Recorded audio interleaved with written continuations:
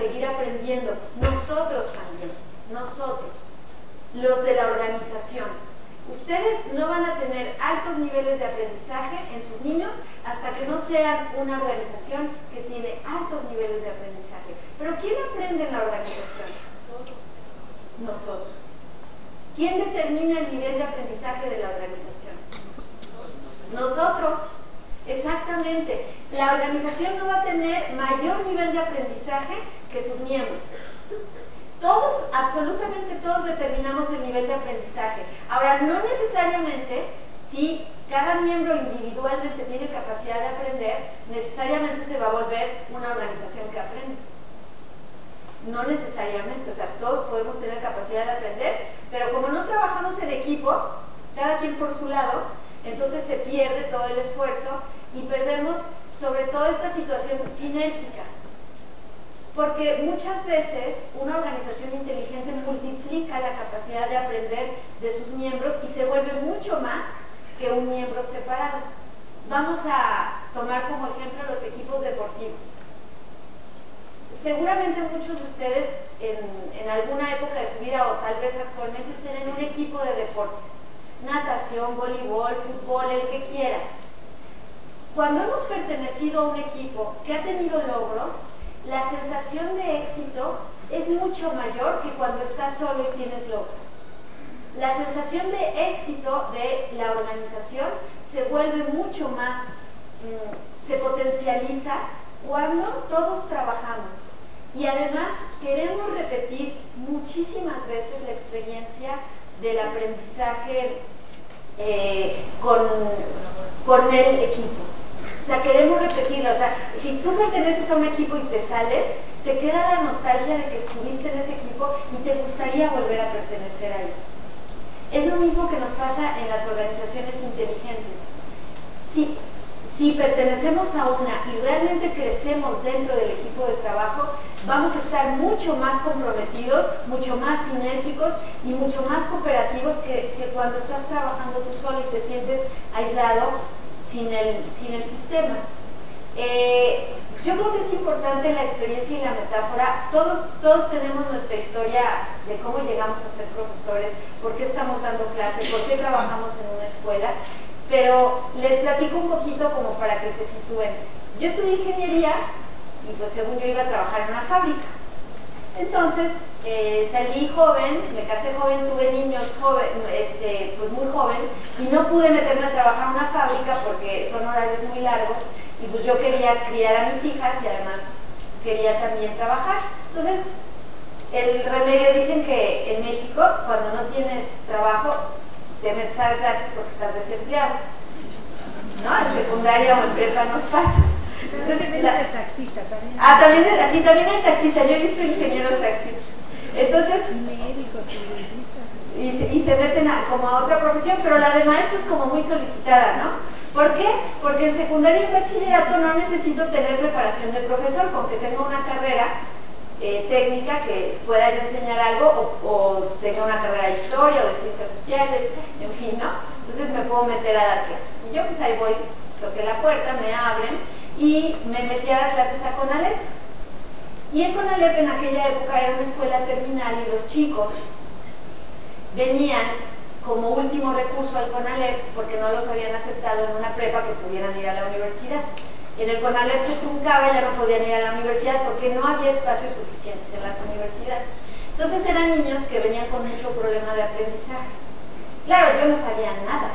Y entonces yo decía, ay, son bien burros. Y era muy difícil dar las clases. Yo me desgastaba muchísimo porque lo intentaba y lo intentaba y lo intentaba. Pero del mismo CONALEP me mandaban a cursos y yo iba a decir, a ver si me enseñan a dar clases. Yo me sentía perdida, ¿no? Y no, nada más me daban mucha teoría y ya. Y yo decía, y bueno, la voy a aplicar, ¿no? Y yo aplicaba lo poco que podía, pero no encontraba cómo yo podía enseñarles. Para mí tan fácil que era la física y las matemáticas. Y yo decía, ¿y por qué tus burrazos no aprenden, no? Porque así pensaba que eran burros, ¿no? Yo decía. Llegué a una escuela donde estaba el doctor Isauro Blanco, que hoy por ahí es mentor de nosotros en Tecnoeducativa, y la maestra que estaba dando el curso en ese momento, me dijeron que tenía que tomar un curso de 6 meses para poder dar clases en esa escuela. Y dije, ¡ay, qué bueno! Yo dije, sí quiero tomar el curso de 6 meses, claro, porque aquí me van a enseñar. Yo no sabía exactamente qué tenía, pero yo me sentía muy frustrada de intentos y además no aprendían y no lograban lo que se supone que tenía que lograr por el programa. Y entonces para mí era muy frustrante dar el programa y que no aprendieran nada ellos. Me sentía como culpable y a la vez me esforzaba mucho y bueno, ha sido una situación muy complicada. Entonces llegué y lo primero que dijo la maestra cuando se paró delante del grupo, dijo, no existen niños tontos, no existen niños inquietos, no existen personas que no puedan aprender. Solo hay maestros que no saben enseñar. Y yo dije, págatelas.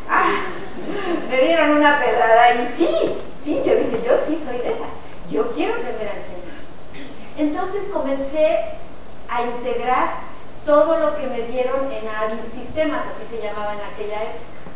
Y yo descubrí que era todo lo que alguien necesitaba saber para convertirse en un buen maestro.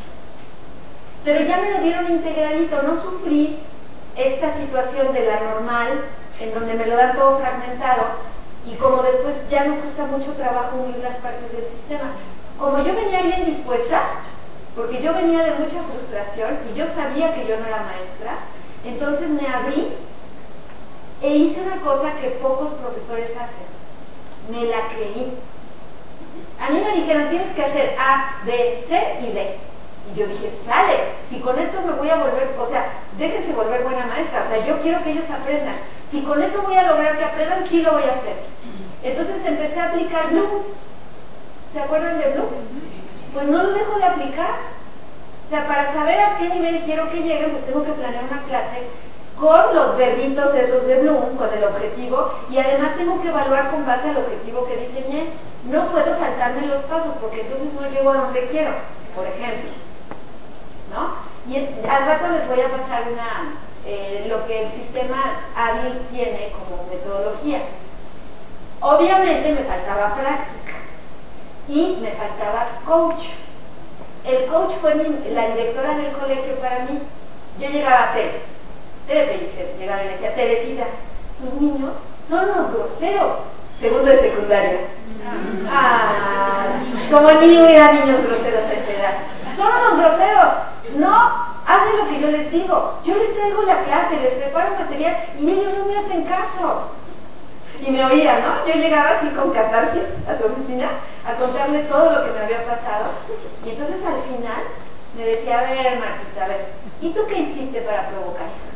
Y yo no fui, son ellos.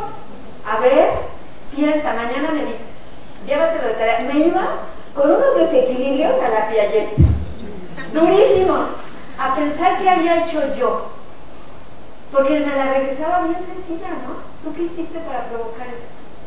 Y entonces me leí el poema de Makarenko, ¿no? Y me di cuenta de que siendo un buen líder, un buen guía, ellos te van a seguir, pero tienes que volverte buen guía. Para ser líder necesitas ser líder de ti mismo.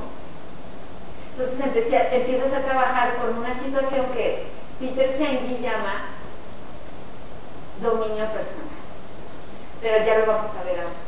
Entonces, seguramente ustedes por ahí tienen su historia, porque buenos maestros que nazcan buenos, bien poquitos. Es más fácil volverte bueno que nacer buen maestro. Pero hay gente como que le viene de familia, ¿no? Si yo conozco a las hermanas Monterrubio, todas son bien buenas maestras, todas. Y dices, ¿pero por qué son buenas todas? Porque sus papás eran así con ellas. Eran bien constructivos y bien creativos y siempre les estaban enseñando cosas y nunca vieron la televisión, por cierto. Y entonces eran toda la familia, que son como 8 hermanos, todos son bien creativos y bien buenos maestros, todos.